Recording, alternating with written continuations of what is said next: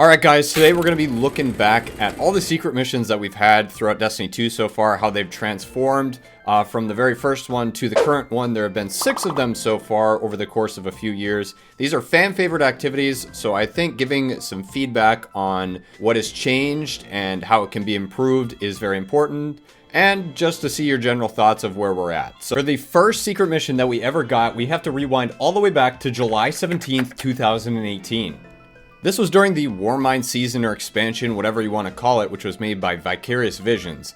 I personally think Vicarious Visions made some of the best content we've ever seen within Destiny 2. The Warmind era was pinnacle as far as escalation protocol, the hidden secret plates to get World Line 0, which is tragically dead to this day, and a variety of other reasons that could be a topic for a different video.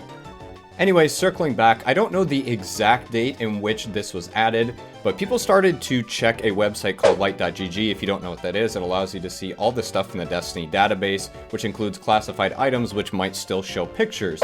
In this case, you could see the outline of what was clearly looking like the Black Spindle or Whisper of the Worm, whatever you want to call it. We only knew it as Black Spindle at that point, as a exotic catalyst in the database.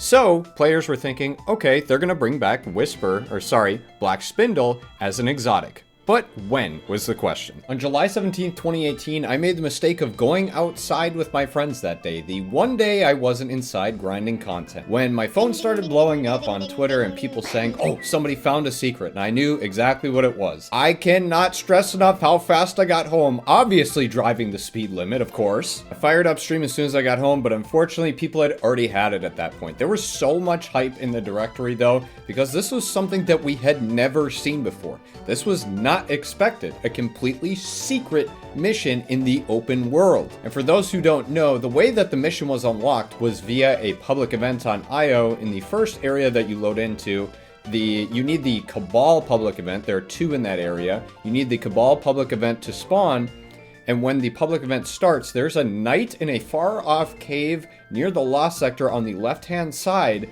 that you have to kill, and as soon as that knight's dead, a black portal appears on top of a rock that's like literally in the middle of the arena that you cannot miss. And if you walked over and interacted with the portal, it started the secret mission. And you know how the rest goes at this point. You finish the mission, you get the weapon. This wasn't a completely new concept because when Whisper of the Worm was introduced in Destiny 1, it was also within a secret mission.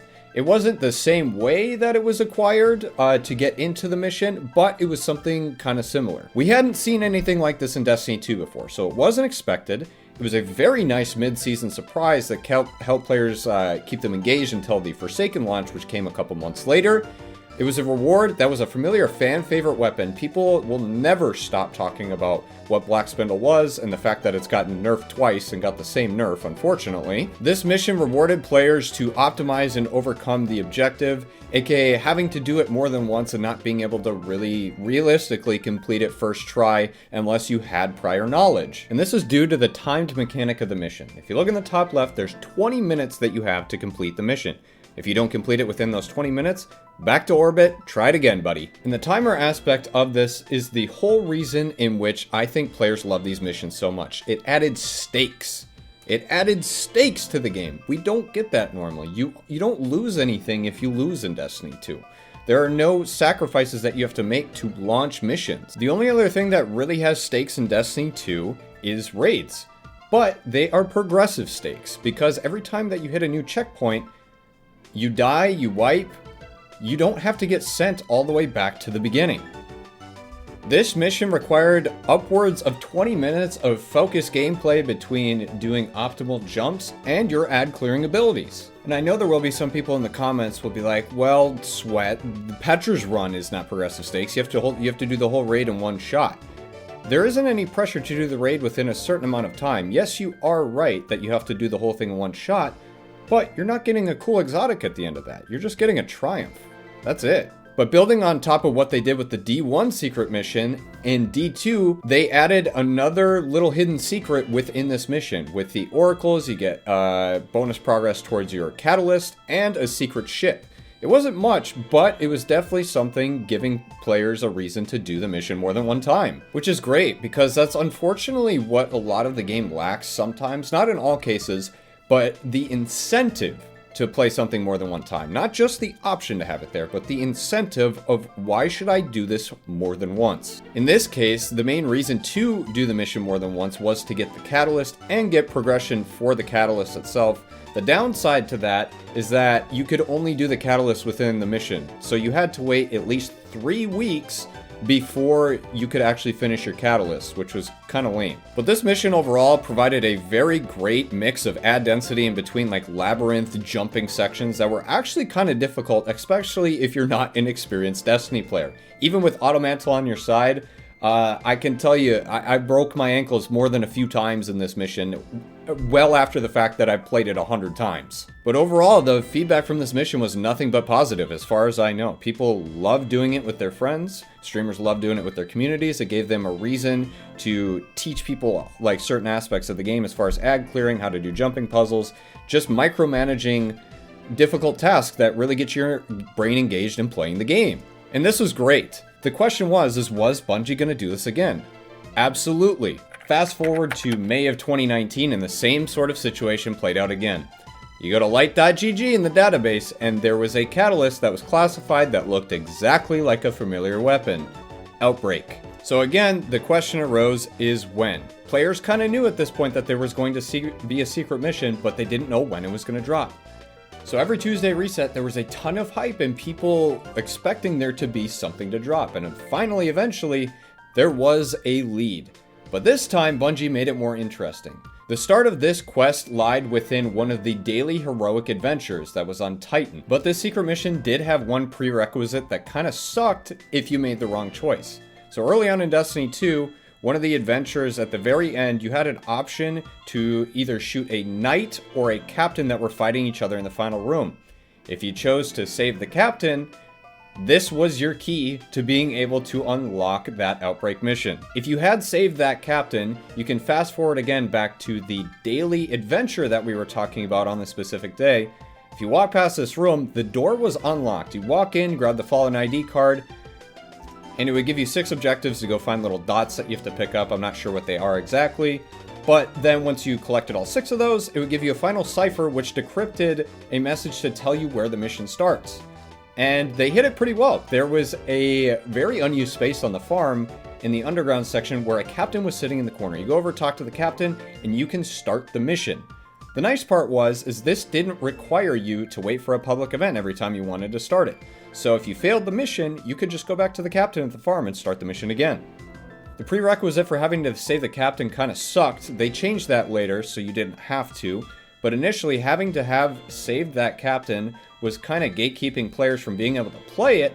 But at the same time, the rest of the quest was fantastic as far as giving players a reason to actually go out into like different patrol spaces and actually interact with the environment rather than just going into patrol and doing bounties.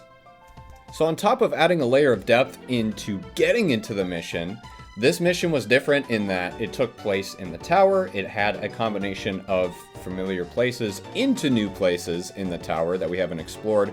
A lot of secret corridors, trapdoors, just lots of funny and goofy moments. The cool part about this mission as well is that it was even longer than the Whisper mission. It wasn't on par, it was longer. And on top of that, if you went back to do the hard mode for the mission, once you're about halfway through, it required you to take an alternate route to the end, which was completely new. This is amazing. One of the highlights of this mission was the Trevor section, aka the little sweeper robot that goes around and is very deadly and very scary. A little labyrinth where you have to hit switches and just get through to the end door. On top of that, they did have something kind of similar to the Whisper puzzle in which you did the Oracle thing and you got bonus progress for your catalyst and a ship.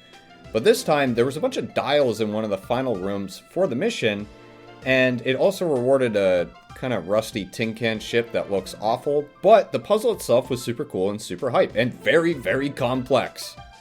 It required a good majority of the community to come together and make spreadsheets, and people just enjoyed the overall experience. People were really hyped to know what was going to come from it. But again, overall, this mission provided a good balance of ad density and jumping puzzles and hidden corridors and just things to get the brain engaged with the environment. One of the downsides of this mission is the catalyst kind of operated the same way that the Whisper one did, in that you unlock it on the first heroic run through, and then you have to wait 3 total weeks until you can finally finish the catalyst. But the reward from this mission, the Outbreak Perfected, was another returning Destiny 1 gun that was improved upon, and actually, it was really good in the meta that it was released in. It was actually nuts. Overall, nothing really bad to say about the mission other than the Catalyst portion. This was a fan favorite, and I do think of the 6 that were released to this day, Outbreak might be my favorite secret mission that they've ever released. Okay, and then we fast forward a few months into Season of Opulence. So, by this point, we knew that they were going to continue to do this secret mission type of thing. But what we didn't know is they were going to continue to just keep bringing weapons back. The prerequisite for the Bad Juju mission to be unlocked was involved with triumphs, and it wasn't the most engaging thing in the world, and it was kind of monotonous from what I remember. But when you did unlock the mission, it was not timed, which is very unusual, because by this point the 2 missions that we already had in the game were on a 20-minute timer, and they required players to push their limits as far as knowing the ad spawns and getting through the jumping puzzles. But this time they just decided to rip the timer out with no real reason behind it, to be honest. Not to mention that the mission in general was shorter than both Whisper and Outbreak. I think it took about 8 minutes on average to finish, if I'm just kind of spitballing here, I would say. Unfortunately, this didn't turn out to be one of those missions that everybody raves about and looks back on and remembers playing with their friends all the time. This is kind of one of those one and done things where you got the exotic just to add it to your collection. It wasn't good in the meta it was released in. It still isn't good. It was another returning exotic for the 3rd time in a row. It had no timer, there was no pressure to the player to improve and get their brain stimulated, and there was no hard mode for the Catalyst. The only real positive outside of these things is that past the first room, it was actually a new area. So after that mission came out and had time to sit in players' brains, I think it came to everybody's attention that this was kind of a step down than what we've had previously. So players were like, okay, what's coming next? And what came next is, this is where I started to get a little frustrated. The Hawk Moon mission. This was the 4th time in a row that we got a returning D1 exotic. Again, this mission was not timed. I'm not sure why they removed the timer mechanic. I really don't understand the rhyme or reason behind it. This also didn't really feel new because it goes through a lot of the EDZ areas that you've already well explored literally since the Red War in 2017 and through other missions. There were some new areas, but a lot of it just felt recycled. There is a plus to this mission though, is that it had rotating bosses at the end that changed every week. I believe there's 3 total. But unfortunately, these bosses were a lot of just reused models and mechanics. There was really nothing new of value in this mission, other than the fact that it introduced random rolls to exotics. This is the first exotic in Destiny 2 that could get random rolls on it. And that was a great step in the right direction. But everything else with this mission just kind of felt off and didn't feel like what the first 2 missions were built off of. The Hawk Moon mission did have those golden feathers that were scattered throughout for the side quests that you could do, which is alright, I guess. But again, just a feeling of knowing or going through like a place that is very familiar rather than something that's new and unfamiliar it definitely impacts the player experience. The Dead Man's Tale mission is what came next, and this is where things finally started to take a little bit of a turn for the better. It was a brand new location, something that was never seen before, and this was very refreshing. But it came back with a twist. There's a mission, the original mission in which you just unlocked the Dead Man's Tale, was not timed again. But with the returning hard mode where you did get the catalyst, there was a timer added back. In this mission, they did introduce a new mechanic with like the screed flower things and where you have to go through the barriers. I thought that was super cool. So they started to bring back some unique aspects that players really loved from both Whisper and Outbreak. But they continued to build off of what they had going with the Hawk Moon mission, which was the random rolls aspect. After you get Dead Man's Tale once, you could go back through once per week and get a random rolled one, which was awesome. This was also the first time that we got a completely new exotic that wasn't returning from Destiny 1. This was amazing. This is one of the strongest PvP weapons ever introduced into the game. It got nerfed since then, but it is still insanely strong. And the nice part was that the barrier to entry to this mission was like a little side tangent thing similar to what they did with Whisper and Outbreak. It required you to go into the arms dealer strike, which is plenty old at that point, which is, it's okay. But you have to go off on a little side tangent through a door, and then there's a little quest before you finally unlock the mission. So overall, nothing but pretty positive experiences from the Dead Man's Tale mission. It's a lot of the stuff that we were looking for.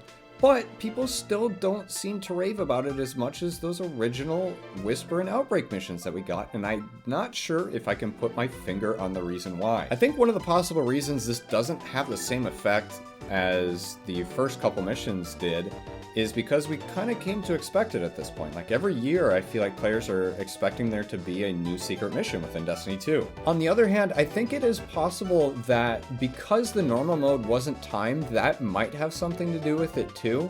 I really do think there's something special behind there being a timed aspect to these missions and really pushing players to their limits to become better. It just gets the brain more stimulated and makes a more memorable experience. Fast forward to more current day Witch Queen, in which we got the Vox Obscura mission with the Dead Messenger grenade launcher. It was really nice to see that they didn't go back to reusing an old D1 exotic. It was another new weapon, and it's really good and totally worth your time to get. The issue that I have with this mission, and I'm never gonna assume that I know what it's like to be a developer. I took one coding class and I'm awful at it. It is extremely hard and extremely time consuming and extremely difficult. I get it. But we went back into using reused area assets. 90% of the mission, or about so, was the Destiny 1 Mars locations that we've seen before a lot of the time. Unless you weren't a Destiny 1 player, there's a good chance you've been through these locations a lot of times. Inside the bunker, when you blast open the wall with a tank or an interceptor, is the only real new area inside this mission. As for the objective part of this mission, we're back to using tanks and interceptors for what felt like the millionth time. We've been doing this since the Red War, which was back in 2017. It also used a lot of the Red War mechanics with like the big gear spinning tower things where you just destroy them, kill enemy, move forward. They also decided to change the timer part of this mission. And I think it's a happy medium from what we've seen before. So this mission splits the timer into 2 checkpoints. You complete the first half and the timer resets so that as you do the second half of the mission, if you do die, you go back to the halfway point. This isn't necessarily the worst thing in the world, but personally, I do think this discourages disciplined gaming and actually learning the encounters. And I think that is an integral part of the Destiny experience in general, especially if you're doing it in a fire team. You don't have to do this solo. I know not everybody has people to play with, but they're working on methods to getting people playing together because this is a social game at the end of the day. They want you to play with your friends. And I truly do think, psychology-wise, that it is much more rewarding and exciting for the brain when you complete everything in a straight shot after, like, basically hammering your head at the wall until you learn how the mission works, you learn how to work with your teammates, you learn spawns, you learn what loadouts work, you learn what loadouts don't work. And after you've gone through that process and you finally get that completion, getting that dopamine rush is so much better. So much better than having to do it into segments. I kind of think about it like running a marathon. A marathon is 26 miles. If you were to do a marathon and you split it into 13-mile segments, at the end of the day, that's still impressive, and yeah, that's cool, but it's not as cool as being able to do the whole thing in one shot.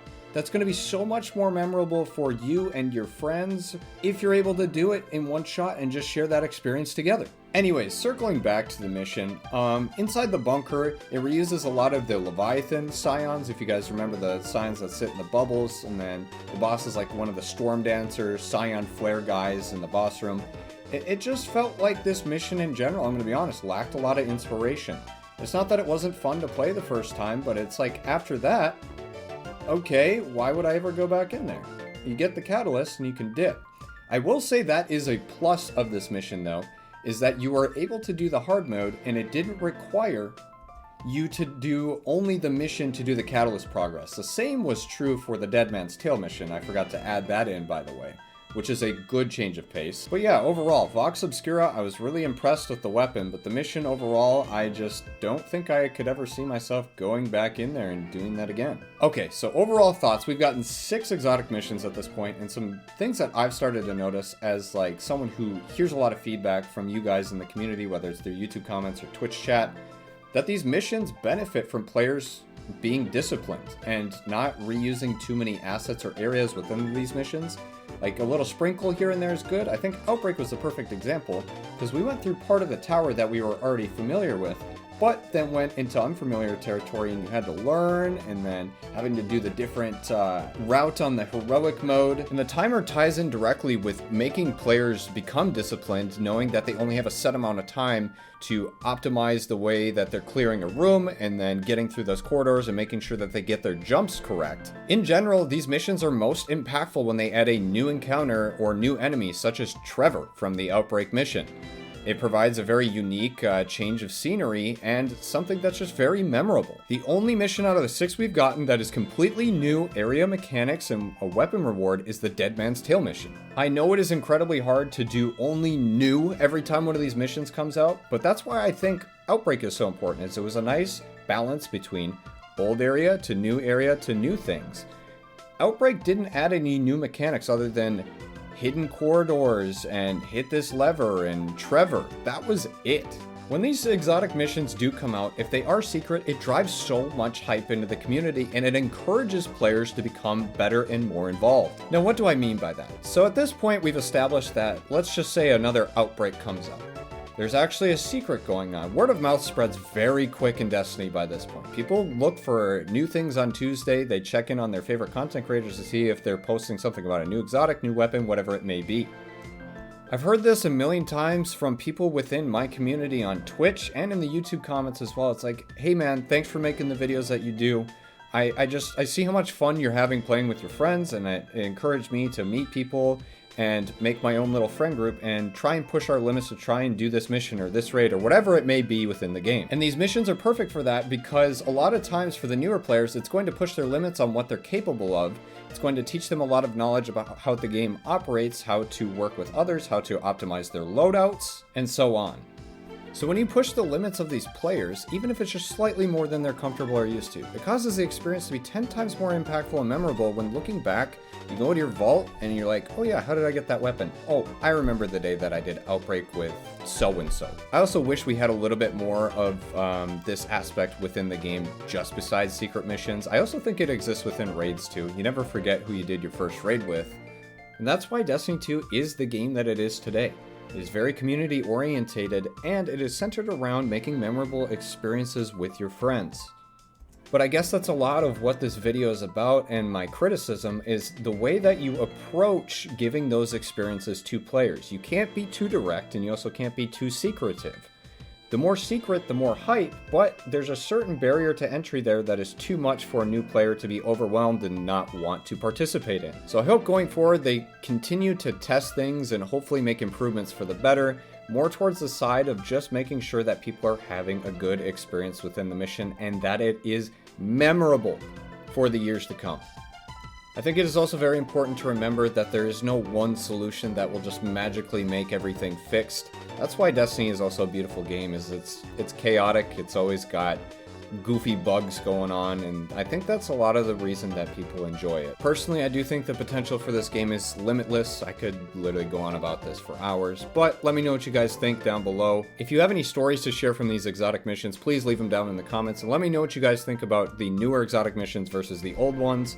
There's a lot of psychology that goes into this type of stuff, and I love talking about it, hearing people's opinions. Thank you guys so much for watching. Subscribe, and we'll see you guys next time.